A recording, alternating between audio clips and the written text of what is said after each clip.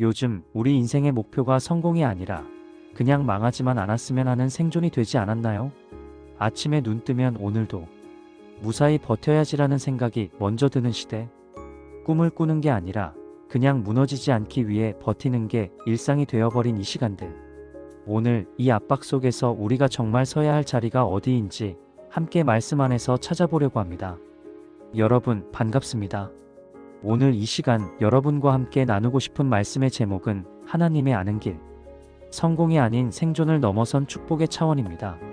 시편 1편을 통해서 하나님이 우리에게 열어 보이시는 완전히 다른 차원의 삶, 그 이야기를 나누려고 합니다. 오늘 이 시간을 통해 하나님이 아신다는 이 한마디가 여러분의 인생 방향을 완전히 새롭게 잡아주시길 소망합니다. 시편 1편은 아주 단순하면서도 명확한 구조로 우리에게 말합니다. 이 세상에는 두 부류의 사람이 있고 두 가지 길이 있다는 것이죠. 복 있는 사람은 악인들의 꾀를 따르지 않고 죄인들의 길에 서지 않으며 오만한 자들의 자리에 앉지 않습니다. 대신 그들은 하나님의 말씀을 사랑하고 그 말씀을 밤낮으로 묵상하며 살아갑니다.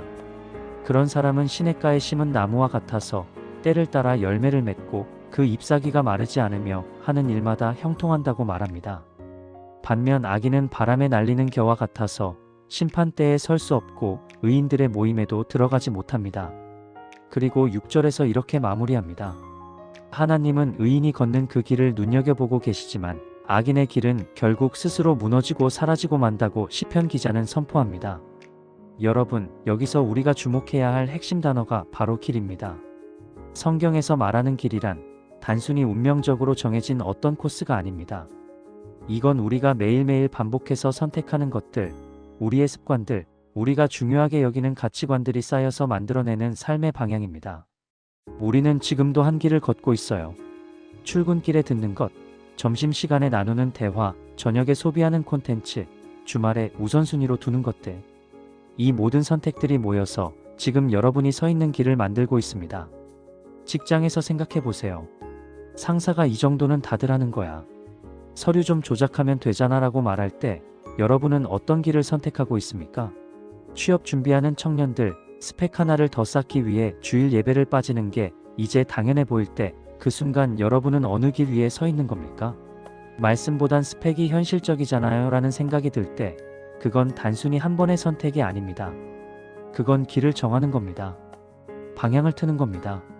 그리고 그 길은 언젠가 반드시 결과를 드러냅니다. 여기서 우리가 붙잡아야 할 게 바로 6절의 그 놀라운 선언입니다. 여호와께서 의인의 길은 아시나. 하나님이 아신다는 이 표현, 여러분은 어떻게 이해하고 계십니까? 혹시 하나님이 정보를 알고 계시다 정도로 생각하고 계신가요? 아닙니다. 성경에서 안다는 말은 훨씬 깊은 의미를 담고 있습니다. 이건 관심입니다. 돌봄입니다. 인정입니다. 보호입니다. 동행입니다. 하나님이 여러분의 길을 아신다는 건 여러분이 지금 어디에서 어떤 마음으로 어떤 선택을 하며 걷고 있는지를 외면하지 않으신다는 뜻입니다. 여러분이 그 길 위에서 넘어져도 울어도 돌아가도 막혀도 하나님은 그 모든 과정을 주권적으로 다루고 계십니다. 의인의 길을 아신다는 건 그 길 위에 모든 실패와 눈물과 지연과 우회로까지도 하나님의 손길 안에 있다는 선포입니다. 여기서 우리가 깨달아야 할 진리가 있습니다. 성공이 막혀 있어도 하나님이 아시는 길 안에 있다면 이미 축복의 차원 안에 서 있는 겁니다. 세상은 결과로 판단하지만 하나님은 그 길 자체를 보십니다. 누가 어떤 마음으로 어떤 방향을 향해 걷고 있는지를 하나님은 정확히 아십니다. 우리 시대의 키워드가 뭡니까? 한 10년 전만 해도 성공이었어요. 성공해야 한다. 남들보다 앞서야 한다. 이런 압박들이 있었죠. 그런데 지금은 뭡니까? 생존입니다. 성공은커녕 그냥 망하지만 않으면 다행이라는 생각. 주일에도 일해야 먹고 사는 시대. 기도보다 야근이 더 현실적인 선택처럼 느껴지는 시대. 청년들에게 교회 나와라고 하면 시간이 없어요 라는 대답이 돌아오는 게 이상하지 않은 시대입니다. 그런데 여러분, 하나님이 약속하신 축복은 이 둘 다가 아닙니다. 단지 잘 먹고 잘 사는 성공도 아니고 또한 단지 간신히 버티는 생존도 아닙니다. 하나님이 말씀하시는 축복은 하나님이 함께 아시는 길 안에서 누리는 형통입니다. 이건 완전히 다른 차원입니다. 시편 1편의 그림을 다시 보세요. 시냇가에 심은 나무 같아서. 이 나무는 무엇이 다릅니까? 겉으로 보이는 환경이 아니라 보이지 않는 곳에서 물줄기에 연결되어 있다는 겁니다. 뿌리가 깊은 곳에서 생명수를 빨아들이고 있다는 거예요. 그래서 이 나무는 가뭄이 와도, 한파가 와도, 계절이 바뀌어도 때를 따라 열매를 맺습니다. 왜요? 표면적인 상황에 의존하는 게 아니라 보이지 않는 곳에서 생명의 근원과 연결되어 있기 때문입니다. 여러분, 이게 형통입니다. 세상식 성공이 아닙니다.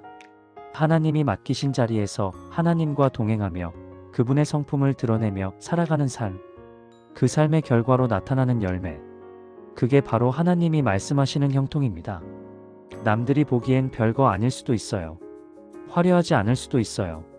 그런데 하나님이 아시는 길 안에 있다면 그 길에서 맺어지는 열매는 영원한 가치를 담고 있습니다. 그렇다면 오늘 우리는 구체적으로 무엇을 점검해야 합니까? 여러분은 지금 누구의 조언에 귀를 기울이며 살고 있습니까? 시편 1편은 악인들의 꾀를 따라 걷지 말라고 합니다. SNS에서 쏟아지는 성공 공식들, 유튜브에서 말하는 부자 되는 법들, 회사 선배들이 말하는 이렇게 살아야 해 하는 조언들. 그것들이 여러분 마음속에서 하나님 말씀보다 더 큰 영향력을 발휘하고 있진 않습니까?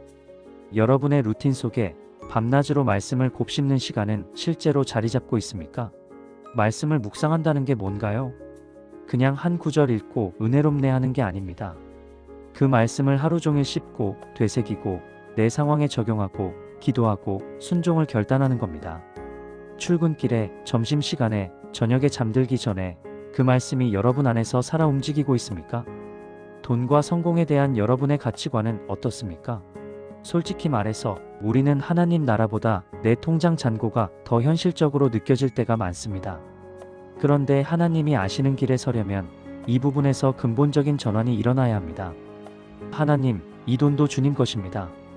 이 기회도 주님께 묻겠습니다. 이게 단순히 11조 드리는 것 이상의 삶 전체의 태도 전환입니다. 인간관계는 어떻습니까? 특히 타협을 요구하는 관계들 말입니다. 너만 손해보지 마. 다들 이렇게 해. 이런 말을 하는 사람들과 어울리면서 여러분은 점점 그들의 기준에 익숙해지고 있진 않습니까? 하나님이 아시는 길에는 남들이 다 하는 타협이 없을 수 있습니다. 그러나 그 길만이 결국 남습니다. 정직, 거룩, 순결에 대한 선택은 어떻습니까?